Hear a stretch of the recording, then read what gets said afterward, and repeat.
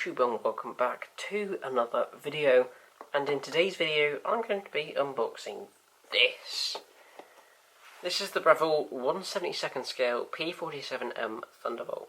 This is quite an old kit, as you can tell by the old Revell box art, but it's got very nice box art because it's hand drawn. Now I quite like this because you've got the 262 with the flaming engine in the background, along with the other P-47 in the background. I said other and not. Background, sorry. Okay, on the front you've got model kit written in multiple different languages, some aircraft illustration credit, I think, and this is the product code 03984. On the bottom of the box you've just got safety information. On this side it's showing you it's a skill level 3, along with all the rest of the stuff it's on the box. With that, that's pretty much it to the box. Although on the back you've got advertisement for different Revell kits that you can get. I kind of want the C-links. And it's giving you a guide to the skill levels. So this is what I mean by the skill levels aren't that great on Revell. So for a level 1, it's a snap together kit with no glue or paint. 2 is simple kit for approximately 30 parts. And 3 more demanding kit models with up to 100 parts. 4 kits with up to 150 parts.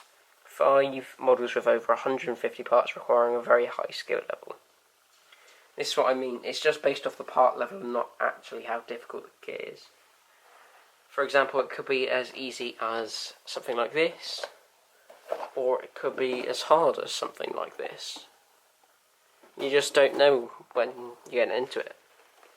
So that's the only issue with the Revell skill level. So all the issues basically. So taking this out of the box, let's have a look at the instructions. On the first page you've got some information about the P-47. On this next page you've got a lot of safety information in multiple different languages. Always very good to see. And of course you've got the paint codes, which, like usual, absolutely rubbish. Although they've got a nice sprue map, which is always very nice to see.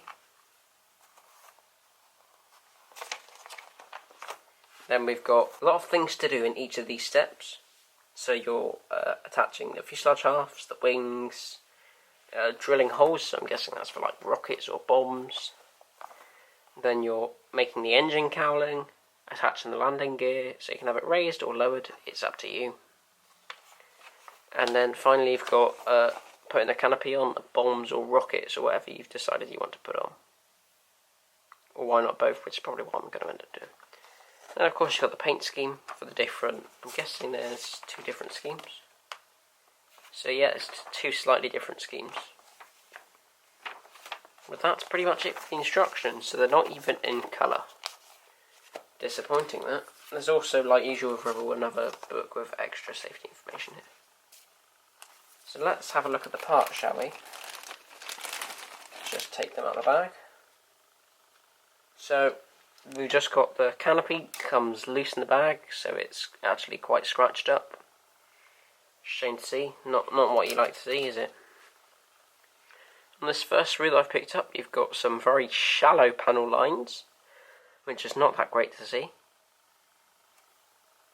And of course there's a copyright logo on the inside of the wings, right where you won't see it, which is a very nice place to have it.